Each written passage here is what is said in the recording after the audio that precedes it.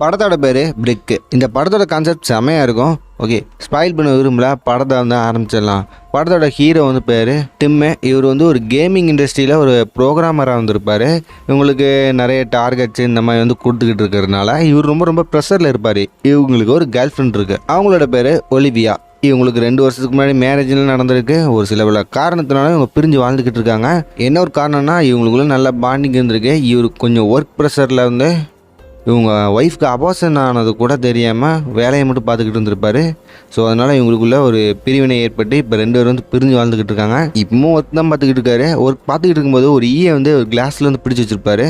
அதை அப்படியே தூக்கி வெளியே விட்டுலாம் அப்படின்னு ட்ரை பண்ணிக்கிட்டு இருக்கும்போது என்ன ஆகும்னா அங்கனுக்குள்ளே ஜன்னல் தட்டி திருப்பி ஈ வந்து இந்த வீட்டுக்குள்ளே வந்துடும். இந்த சாதாரண ஈயத்துக்கு வெளியே உள்ளான்னு ட்ரை பண்ணுறோம், இருந்தாலும் இது கூட நடக்க மாட்டேங்க அப்படிங்கிற மாதிரி ரொம்ப மைண்ட் டிப்ரெஷன் ஆகி இருந்துக்கிட்டு இருக்கா. இந்த நிலமையில ஒலிவியா திடீர்னு டிம்மை பார்க்க வீட்டுக்கு வந்திருக்காங்க. ஒலிவியா திருப்பியும் டிம்மு கூட பேசி பழகி ஒன்றா இருக்கலாம் அப்படின்னு நினச்சி வந்திருப்பாங்க. நம்ம ஹீரோவும் டிம், அதாவது டிம்மும் நம்ம காஃபி குடிச்சு வெளியே போயிட்டு பேசலாம் அப்படின்னு 2 பேரும் வெளியே வந்திருப்பாங்க. அந்த நேரத்தில் என்ன ஆகும்னா அவனுக்குள்ளே ஒரு பெரிய கிராஷ் நடந்திருக்கும். ஏதோ ஒன்று வெடித்து அங்கனுக்குள்ளே புகையாக வந்து தெரிச்சுக்கிட்டு இருக்கு. அங்கே பக்கத்தில் நின்றுக்கிட்டு இருக்கிறவரு அங்கனுக்குள்ளே ஏதோ ஃபயர் ஆக்சிடென்ட் நடந்துச்சு, அதனால் ஹெலிகாப்டரில் போய்ட்டு அணைக்க போகிறாங்க அப்படிங்கிற மாதிரி அங்கே பக்கத்தில் இருக்கிறவங்க கூட நம்ம டிம்மு ஒலிவியும் பேசிக்கிட்டு இருப்பாங்க. நம்ம டிம்மும் இந்த தாடிக்காரங்க எல்லாருமே வந்து பார்த்தீங்கன்னா ஒரே பில்டிங் தான், வேறு ஃப்ளோரு வேறு ஒரு அப்பார்ட்மெண்ட்டில் வந்து தனித்தனியாக இருந்திருப்பாங்க.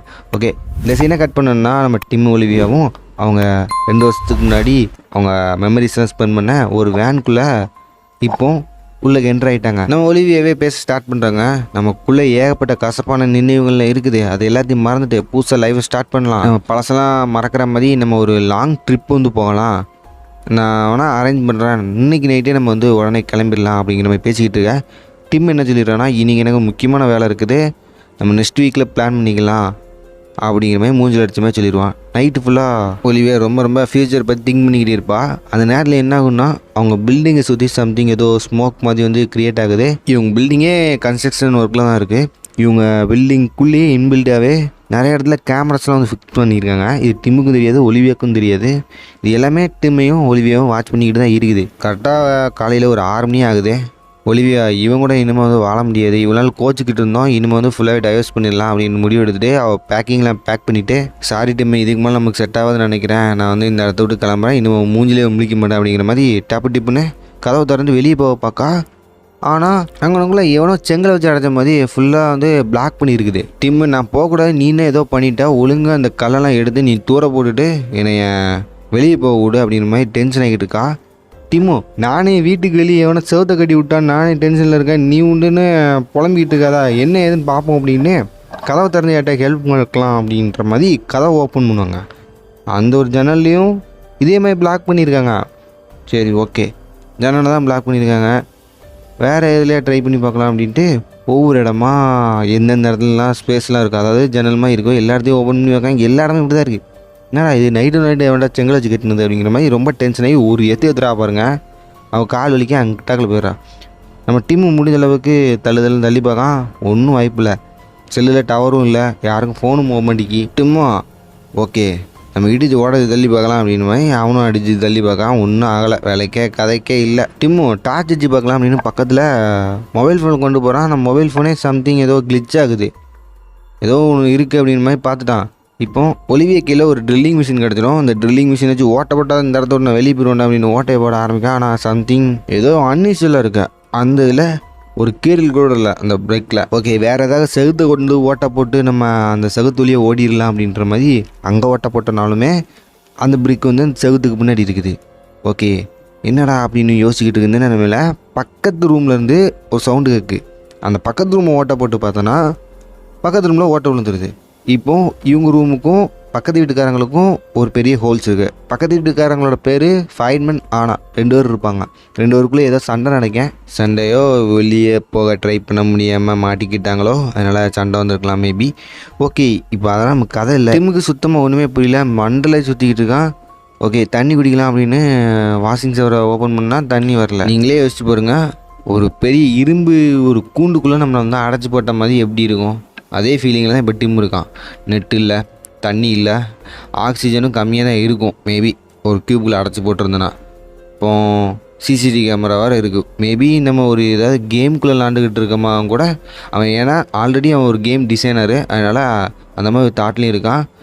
ஒலிவியா கையில் கிடைக்கிற எல்லாத்தையும் தூக்கிட்டே அந்த ஒரு செவுத்து மேலே அடிச்சுக்கிட்டு இருக்கா. நம்ம டிம்மும் அவனும் சேர்ந்து கூட சேர்ந்து அடின்னு அடிக்கிறான். இப்போது என்னென்னா டிம்மு கடைசியாக வந்து ஒரு லேப்டாப் தூக்கி எரிஞ்சிருப்பான். அந்த லேப்டாப்பில் இருக்கிற சின்ன ஒரு இரும்பு பீஸ் மட்டும் அந்த ஒரு பிரிக்கில் வந்து ஒட்டியிருக்கும். என்னடா இது மேக்னெட்டா அப்போனா அப்படிங்கிற மாதிரி இவங்களே கெஸ் பண்ணுவாங்க. ஆமாம், இந்த ஒரு பிரிக் வந்து மேக்னெட்னால உருவாக்கியிருக்காங்கன்னு நினைக்கேன் அப்படிங்கிற மாதிரி அந்த பிரிக் மேலே நிறைய இரும்பு பொருட்கள், அதாவது ஸ்பூனு, கத்திரிக்கோல், இந்த மாதிரி நிறைய வந்து ப்ளேஸ் பண்ணுவாங்க. ஒரு சில இடத்துல ஒட்டுது, ஒரு சில இடத்துல ஒட்ட மாட்டுக்கு. ஒட்டுற இடத்துலலாம் சம்திங் ஏதோ வைப்ரேஷன் மாதிரி ஆகி மேக்னெட் என்ன செய்யும், சவுத்தையும் நார்த்தையும் ஒட்டினா அது ஒட்டிக்கிடும். சவுத்துனா அது வந்து ரிஃப்ளெக்ட் ஆகிருமே, அதேமாதிரி ரிஃப்ளெக்ட் ஆகி விட்டுருது அந்த இரும்புலாம். இதில் சின்ன காயம் வந்து நம்ம டிம்முக்கு வந்து நடந்திருக்கும். அந்த இதெல்லாம் நம்ம டெஞ்சர் போட்டுக்கிட்டு இருப்பாங்க ஒலிவியா. ஓகே, இப்போது பக்கத்து ரூமில் வந்து பயங்கரமாக சவுண்டு இருக்கும். என்னடா நடந்துச்சு அப்படின்னு பார்த்தோன்னா யாருமே இருக்க மாட்டாங்க. ஏதோ ஒரு சம்பவம் ஆயிடுச்சு அப்படின்னு இவங்களும் அந்த ஹோல்ஸ் வந்து பெருசாக்கிடுறாங்க. பெரிய ஹோல்ஸ் ஆக்கிட்டு இவங்க அந்த இடத்துக்குள்ளே போய் பார்த்தோன்னா அந்த பக்கத்து வீட்டு பொண்ணு ஆனால் அவங்க வந்து மயக்கம் போட்டு கிடப்பாங்க. சரி, ஒரு கட்டையை எடுத்து எவன் அடித்தான் அப்படிங்கிற மாதிரி உள்ளே போய் தேடிக்கிட்டு இருப்பாங்க. அடுத்து யாருன்னா அவன் பாய் ஃப்ரெண்ட் ஃபயர்மேன் தான். அவன் என்ன செஞ்சிருவான், திருப்பி நம்ம ஹீரோ டிம்மையே அட்டாக் பண்ண ட்ரை பண்ணுவான். டிம் என்ன செஞ்சிருவான், பக்கத்தில் இருக்கிற மண்ணத்துக்கு ஃபயர்மேன் கண்ணில் தூக்கி போட்டுருவான். இதான் அவன் சான்ஸ்ன்னு ஃபயர்மேனை அடி அடிச்சிடுவான். ஃபயர்மேனோட கேர்ள் ஃப்ரெண்டு கொஞ்சம் தடுத்து இவன் கொஞ்சம் போதையில் ஏதோ பண்ணிட்டான் அப்படிங்கிற மாதிரி சமாதானம் ஆயிடுவாங்க எல்லோரும். இப்போ டிம் அவனோட ஸ்டோரேஜ் ரூமில் போய்ட்டு ஒவ்வொன்றா தேடிக்கிட்டு இருப்பேன், ஏதாவது நமக்கு கிடைக்குமா அப்படிங்கிற மாதிரி. அங்கனக்குள்ள ஒரு சின்ன கேமரா இருக்கும், அதேமாதிரி ஒரு கோடாரி ஒன்று இருக்கும். அதை எடுத்து அந்த கதவை உடைக்க ட்ரை பண்ணால் உடைக்க முடியாது, உங்களுக்கே தெரியும்.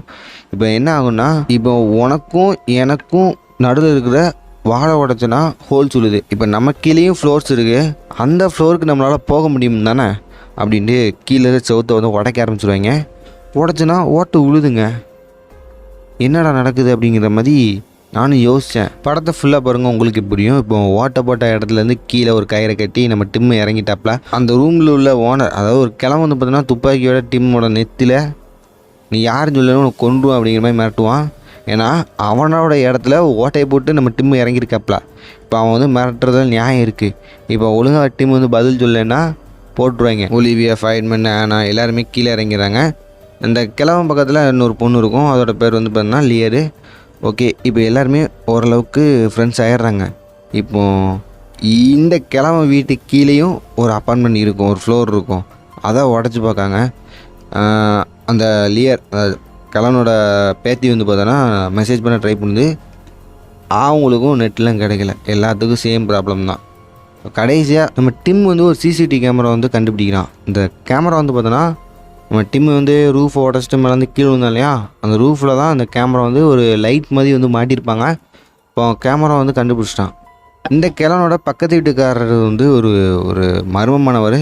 சரி பார்ப்போம். இப்போ டிம் வந்து நம்ம கிழவனோட வீட்டில் நிறைய கேமரா வந்து கண்டுபிடிச்சி பார்ப்பேன். ஏகப்பட்ட கேமரா வந்து அந்த ஒரு இடத்துல வந்து கண்டுபிடிச்சி எடுத்திருப்பாங்க. இப்போ நம்ம ஆல்ரெடி டிம் வந்து ஒரு கேமர், அதாவது கேமிங் டிசைன் பண்ணுறவன். டிம் என்ன சொல்கிறான்னா, நம்ம ஒரு சர்வேவர் ஒரு கேமுக்குள்ளே வந்து மாட்டியிருக்கோம், எவனோ நம்மளை வச்சு கேம் விளாட்றான், எவனோ ஒருத்தன் நம்மளை கண்காணிக்கான், யார் என்னன்னு தெரியல அப்படிங்கிற மாதிரி அவன் பேசிக்கிட்டு இருப்பான். பக்கத்து ரூம் வந்து உடச்சி அந்த இடத்துக்குள்ளே வந்துடுவாங்க, ஒரு கட்டையோடு வந்துடுவான். இப்போ இந்த இடத்துல ஒரு டெட் பாடி இருக்கும். அது யார் அப்படின்றனா, படத்தோட ஸ்டார்டிங் சீனில் ஒரு ஃபயர் ஆக்சிடென்ட் நடந்திருக்கும். நம்ம டீமுக்கிட்ட அங்கே ஏதோ ஃபயர் ஆக்சிடென்ட் நடந்திருக்கு அப்படிங்கிற மாதிரி ஒருத்தர் சொல்லுவார் இல்லையா, அவரோட ரூம்குள்ளே தான் இப்போ வந்திருப்பாங்க. அவரை தான் கையெல்லாம் வெட்டி அவனை கொலை பண்ணியிருக்கிறான். மேபி இந்த ரூம்குள்ளே கில்லர் இருக்கிற வாய்ப்பு இருக்குது அப்படிங்கிற மாதிரி அங்கே பேசிக்கிட்டு இருப்பாங்க. யார், டிம்மு தான் பேசிக்கிட்டு இருப்பான். ஓகே, அவர் முன்னாடி ஒரு மொபைல் ஃபோன் வந்து இருக்கும். அந்த மொபைல் ஃபோனை நம்ம டிம் வந்து எடுத்து வச்சுக்கிறான். அந்த ரூமை கொஞ்சம் சர்ச்சிங்க போடும்போது, இப்போ கொஞ்ச நாளுக்கு முன்னாடி, அதாவது நேற்றுக்கு ஒரு ஃபயர் ஆக்சிடென்ட் நடந்துக்குங்களா, அதுக்குள்ள நியூஸ் பேப்பர்லாம் அங்கே இருக்கும். ஃபயர்மேன் இந்த இறந்து போனார் இல்லையா, அவர் கீழே ஒரு ரூமுக்கு ஓட்டையை போட ஆரம்பிக்கும். டமான்னு எல்லோரும் கீழே விழுந்துருவாங்க. டிம்மும் ஃபயர்மேனுக்கு கீழே விழுந்துருவாங்க. அந்த ரூமுக்குள்ளே இறங்குனா இப்போ புதுசாக ஒரு கேரக்டர் வந்து இன்ட்ரோடியூஸ் பண்ணுறாங்க. அதாவது அந்த வீட்டுக்காரன், இவனோட பேர் வந்து பார்த்தோன்னா யூரி. இவன் ஒரு சுயநலவாதியாக இருப்பான். அதாவது நிறைய பொருட்கள், அதாவது இவன் ரூமில் வந்து இருக்கும், ஆனாலுமே பெருசாக எதாவது காமிச்சிக்கிட மாட்டான். யூரி கூட செத்தும் சாகாமல் ஒருத்தன் வந்து இருப்பான். அவன் என்ன நிலமையில் இருக்கான், கோமலாக இருக்கான், என்ன ஏதுன்னே புரியாது, படுத்தே கிடப்பான். இப்போது இவங்களுக்குள்ளே ஒரு ஒரு வாக்குவாதம் நடக்கும் இல்லையா, அதாவது பேச்சுவார்த்தை நடக்கும். இந்த பிரிக்கு என்ன அப்படிங்கிற மாதிரி வந்து பேசிக்கிட்டு இருக்கும்போது யூரி சொல்கிறான் இது வந்து ஒரு நேனோ பார்ட்டிகல்ஸால் செல்ஃப் டிஃபென்ஸ் ஒரு சிஸ்டத்தினால இந்த ஒரு பிரிக்கில் வந்திருக்கு அப்படிங்கிற மாதிரி சொல்லிடுவான். இப்போ யூரி கூட இன்னொருத்தன் இருப்பான், அதாவது மயக்கத்துலேயே இருப்பான் இல்லையா, அவன் வந்து ஒரு சயின்டிஸ்டாக இருப்பான். அதாவது மயங்கி எடுக்கிற இல்லையா, அவர்கிட்ட ஏகப்பட்ட டயக்ராம்ஸ்லாம் இருக்கும். இந்த ஒரு டயக்ராமும் அந்த பிரிக்குக்கும் ஏதோ சம்மந்தம் இருக்குது அப்படிங்கிற மாதிரி நம்ம லியர் பேசிக்கிட்டு இருந்தாலுமே அவளை அமுச்சு விட்டு அந்த பேப்பரை யூரி கசக்கி போட்டுருவான். இப்போ நம்ம டிம்மு, ஒலிவியா இவங்களாம் வந்து பார்த்தோன்னா எப்படினாலும் ஒரு எக்ஸிட் வந்து இருக்கணும், அந்த எக்ஸிட்டை கண்டுபிடிச்சினா நம்ம வந்து வெளியே போயிடலாம் அப்படிங்கிற மாதிரி ஒவ்வொரு ரூமாக உடச்சி போய்கிட்டு இருப்பாங்க. யூரி எல்லாத்தையும் தூரமாக நின்று வேடிக்கை பார்த்துக்கிட்டு இருப்பான். கடைசியாக இவங்க வந்து பேஸ்மெண்ட்டுக்கு வந்துடுவாங்க. யூரியும் இவங்க கூட வந்தனா அவனும் தப்பிச்சு போகலாம். ஆனால் அவன் வந்து மேலேருந்து உட்காந்த இடத்துலையே உட்காந்துக்கிட்டு இருக்கான். ஏதோ இவனுக்கு சம்திங் தெரிஞ்சிருக்கு. இந்த ஒரு அப்பார்ட்மெண்ட், அதாவது இந்த பில்டிங்கே வந்து பார்த்தீங்கன்னா போர்க்காலத்தில் கட்டின ஒரு பில்டிங்கு. எப்படியும் ஒரு எக்ஸிட் வந்து, அதாவது நம்ம ஒரு டஞ்சன் மாதிரி கீழே 100 வழி இருக்கும் தப்பிச்சு போகிறதுக்கு. ஆனால் அந்த வழியே வந்து பார்த்தோன்னா அந்த பிரிக்னால் வந்து அடைச்சிருக்கு. இதை பார்த்து ஃபைன்மேன் ரொம்ப வெக்ஸ் ஆகிடுறான். ஃபைன்மேன் இருகிலே ஒரு பைத்தியக்காரன். அந்த கிழவன் கையில் இருக்கிற துப்பாக்கி டம்முன்னு அந்த ஒரு வாலில் சுட்டுருவான். அதுதான் ஆல்ரெடி வந்து பார்த்தீங்கன்னா மேக்னெட்டிக் ஃபீல்டில் உள்ள ஒரு நேனோ பார்ட்டிகல்ஸு. அது என்னாச்சியும் ரிவர்ஸில் வந்து அடிச்சிடும். எல்லாருமே குனிங்க கீழே உட்காருங்க அப்படின்னு டிம்மை வந்து கத்திடுவான். எல்லாருமே உட்காந்துருவாங்க. ஆனால் கிழவனால உட்கார முடியாது. நெஞ்சிலே புல்லட் பாஞ்சிடும். தலைவன் காலி. நம்ம லியர் அழுதுகிட்டே இருப்பா. அதே மாதிரி ஃபைன்மேனும் குற்றம் அழுது செத்துக்கிட்டு இருப்போம் கொஞ்சம் கொஞ்சமாக. இப்போ எல்லாருமே வந்து பார்த்தீங்கன்னா யூரியோட ரூமுக்கே வந்துடுறாங்க. இந்நேரத்தில் நம்ம டிம்மு, ஒலிவியா 2 பேத்துக்கும் ஃபைட்டு பற்றிக்கிட்டோம். 2 பேரும் ரொம்ப நேரம் வாக்குவாதம் வந்து போய்கிட்டு இருக்கோம். ஓகே, இப்போது இதை இப்படி ஸ்டாப் பண்ணும்போது இந்த இடத்துலேருந்து எப்படி வெளியே போகலாம் அப்படிங்கிற ஒரு டிஸ்கஷன் வரும். எல்லாருமே ஒவ்வொரு இடத்துக்குள்ளே வந்து தேடி பார்ப்பாங்க. அதாவது யூரி கூட ஒருத்தர் மயங்கி கிடப்பார் இல்லையா, அவர் வந்து பார்த்தோன்னா எப்பல்சன், அதாவது இந்த வால்ஸ்லாம் வந்திருக்கு இல்லையா, அது நேனோ டெக்னாலஜியில் இந்த வால்ஸ்லாம் வந்திருக்கும். இந்த நேனோ டெக்னாலஜி இந்த வால்ஸை வந்து உருவாக்குன கம்பெனியில் அவர் வந்து ஒர்க் பண்ணியிருப்பார். அவர் தான் மயங்கி கிடக்காரு. இந்த ஒரு வால்ஸோட டயக்ராம்ஸ்லாம் அவரோட ரூம்குள்ளே இருக்கும். இந்த ஒரு டயக்ராமை நம்ம டிம்கிட்ட காமிக்கணும் அப்படிங்கிற மாதிரி 2 பேர் வந்து பேசிக்கிட்டு இருப்பாங்க. இங்கே டிம்மு வந்து பார்த்தோன்னா அவன் கையில் ஒரு மொபைல் ஃபோன் வந்து கிடச்சிரும். அதாவது நம்ம ஃபைன்மேன் தான் எடுத்துகிட்டு வந்து கையில் கொடுப்பாரு. ஏதோ பாஸ்வேர்ட் மாதிரி வந்து போட்டிருக்கோம். இந்த பாஸ்வேர்டு என்ன அப்படிங்கிறது ஒன்றும் புரியல. ஆனால் வித்தியாசமாக இருக்கும் மொபைலு, அதனால் வச்சுருப்பாப்புல. நம்ம லியரும் ஒலிவியாவும் ஒவ்வொரு பொருளாக எடுத்து அதாவது ஏதாவது தப்பிக்க வழி இருக்குமான்னு பார்த்துக்கிட்டு இருக்கிறது சுத்தமாக நம்ம யூரிக்கு வந்து பிடிக்கவே இல்லை. ஒலிவியாவும் நான் டிம்மை கூப்பிட்டு வரேன் அப்படின்னு கிளம்பிடுவா. இங்கே டிம்மும் அந்த மொபைல் ஃபோனில் எப்படியும் பாஸ்வேர்ட் இருக்கும், கைத்தட்டை இருக்கும் அப்படின்ற மாதிரி ஒரு பவுடரை யூஸ் பண்ணி ஒரு 4 நம்பரை கண்டுபிடிச்சான். இந்த 4 நம்பரு எதுவானாலும் இருக்கலாம். குத்து மதிப்பாக போட்டு ஒரு சீக்ரெட் ரூமை 2 பேரும் சேர்ந்து கண்டுபிடிச்சிட்டாங்க. உள்ளே ஒரு லேப்டாப் இருக்குது. இந்த லேப்டாப்பில் இருக்கிற ஃபுட்டேஜ்லாம் பார்த்தா மிரண்டுறாங்க. அந்த சிசிடிவி கேமரா அந்த கிளம்பு ரூமில் மட்டும் இல்லை, ஹோல் பில்டிங், அதாவது இந்த ஒரு பில்டிங்கில் இருக்கிற எல்லா ரூமில், எல்லா அப்பார்ட்மெண்ட்லையும், எல்லா ஃப்ளோர்லேயுமே வந்து ஃபிக்ஸ் பண்ணியிருக்காங்க. இப்போ லியருமே உண்மையிலே அந்த ஆண்டன் வந்து செத்துட்டாரா அப்படிங்கிற மாதிரி பக்கத்தில் போனால் அவர் கழுத்தில் ஏதோ விச ஊசி வச்சு குத்துன மாதிரி வந்து இருக்கும். அதே மாதிரி பழைய ஃபுட்டேஜ்லாம் எடுத்து பார்த்துக்கிட்டு இருக்கும்போது ஆண்டனை யாரோ கொலை பண்ணுற மாதிரி வந்து ஃபுட்டேஜ் இருக்கும். அதில் ஆண்டனை கொலை பண்ணது யூரி தான் கண்டுபிடிச்சிருவாங்க. இப்போ நம்ம லியரை காப்பாற்ற ஃபைன்மேன் வந்து போவாப்பில். அந்த நேரத்தில் லியரை யூரி கொண்டுட்டு அந்த இருக்கிற ப்ளூ பிரிண்ட்டையும் நான் அழிச்சிட்றான். இப்போ கிழவனும் காலி, கிழவனோட பேத்தியும் காலி. ஓகே, இப்போ ப்ளூ பிரிண்ட்டும் காலி. இவங்க எப்படி வெளியே போக போகிறாங்கன்னு தெரில. டிம்மும் லைவ் கேமராவில் வந்து பார்த்துட்டு துப்பாக்கி எடுத்துகிட்டு யூரியை கொல்லதுக்கு வேகமாக ஓடி வந்துக்கிட்டு இருப்பான். அந்நேரத்தில் நம்ம ஃபைன்மேனுக்கும் யூரிக்கும் பயங்கரமாக சண்டை நடந்துக்கிறோம். துப்பாக்கி கேட்டு நம்ம டிம்மு மிரட்ட யூரி ரொம்ப வித்தக்காரனாக இருப்பான்னு நினைக்கிறேன். டபார்னு அந்த துப்பாக்கி எப்படியும் டிம்மோட நெத்திலே வச்சுருவாங்க. அவங்களுக்குள்ளே நடந்த ஃபைட்டில் டிம்மு எப்படியோ யூரியை அடித்து போட்டு ஒரு கயிற்றுல கட்டி போட்டுருவாங்க. இப்போ கேள்வி என்னென்னா, இந்த ஒரு கேமராலாம் ஃபிக்ஸ் பண்ணது யார்? ஏன் இந்த வால்ஸ்லாம் இப்போ வந்திருக்கு? யார் இந்த ஒரு ஆண்டனை விசவசி வச்சு மயக்கமோ இல்லை கோமாக்கோ போக வச்சுது? இது மாதிரி கேள்வி வந்துக்கிட்டே இருக்க. எல்லாத்தையும் யூரி கிட்டே கேட்காங்க. யூரி வேணா நீ கொண்டு நான் எதுவுமே சொல்ல மாட்டேன் அப்படின்ட்டுருவான். டிம்முக்கு சரியான கடுப்பாயிரும். துப்பாக்கி எடுத்து நெத்தியில் வச்சு கேட்டாலுமே அவன் எந்த உண்மையும் சொல்ல மாட்டேங்கான். வேணா நீ கொண்டுக்கோ, உன்னால் முடிஞ்சதை பார்த்துக்கோ அப்படின்னு அசால்ட்டாக வந்து பேசுகிறான் யூரி. நம்ம டிம்மு பண்ண மிகப்பெரிய தப்பு என்னன்னா, ஃபைன்மேனை நீ யூரியை பார்த்துக்கோ அப்படிங்கிற மாதிரி சொல்லிவிட்டு இவன் சிசிடிவி கேமரா ரூமுக்கு வந்து போயிடுறான். யார்? டிம்மு. ஃபைன்மேனே ஆல்ரெடி ஒரு மிகப்பெரிய பைத்தியக்காரன். அவன் என்ன போதையில் என்ன பண்ணுவான்னு அவனுக்கே தெரியாது. திடீர்னு அவனை உசி போய்த்துனா அவன் என்னென்னாலும் பண்ணுவான். சரி, ஓகே. இப்போ அவன் சிசிடிவி கேமராலாம் ஃபுட்டேஜ் செக் பண்ணி பார்த்துட்டு இருக்கும்போது அந்த ஆண்டன் என்ன பண்ணியிருக்கான்னா ஒரு ப்ரோக்ராம் மாதிரி வந்து இன்சர்ட் பண்ணுறான். அதுக்கப்புறம் சம்திங் அவன் மொபைல் ஃபோனை யூஸ் பண்ணிவிட்டு அந்த ஒரு வால்ஸ் வந்து வர வைக்கான். சம்திங் ஏதோ ப்ரோக்ராம் தான், அப்படிங்கிற மாதிரி நம்ம டிம் வந்து கண்டுபிடிச்சிடறான். ஆனால் இந்த ப்ரோக்ராம் அதோட பாஸ்வேர்டு எதுவுமே தெரியாது. நம்ம டிம் ஆல்ரெடி ஒரு கேமிங் ப்ரோக்ராமாங்கிறதுனால ஏதோ ப்ரோக்ராம் தான் போட்டிருக்காங்க அப்படின்னு விறுவிறுன்னு ப்ரோக்ராமாக எடுத்து பார்க்க ஆரம்பிச்சிடறான். அந்த ப்ளூ பிரிண்டில் இருந்ததும் நம்ம டிம்மு ஒலிவே 2 பேரும் சேர்ந்து எந்தெந்த இடத்துல மேக்னெட் ஒட்டலை அப்படிங்கிற மாதிரி ஒரு இரும்பெல்லாம் வச்சு பார்ப்பாங்க இல்லையா, அந்த இதை வச்சு இதுதான் பாஸ்வேர்டாக இருக்கும் அப்படின்ற மாதிரி மொபைல் ஃபோனை லேப்டாப்பில் கனெக்ட் பண்ணி அந்த ஒரு எப்சன் ஆப்பை வந்து ஏற்றுறாங்க. ஆப்பை ஏற்றிட்டு அந்த ஒரு ஆப்பை ஓப்பன் பண்ணுறாங்க. அந்த ஆப் மூலியமாக அந்த வால்ஸை அப்படி ஸ்கேன் பண்ணும்போது ஒரு 4 டிஜிட் கோடு இருக்குது. அதாவது இந்த இடத்துலலாம் மேக்னெட்டிக் ஃபீல்டு இருக்குது. கரெக்டாக பாஸ்வேர்ட் மாதிரி ஒவ்வொன்றா அமுக்கணும். வரிசையாக அமைக்கிறான். அந்த வால்ஸ் சம்திங் ஏதோ போர்ட்டல் மாதிரி க்ரியேட் ஆகுது.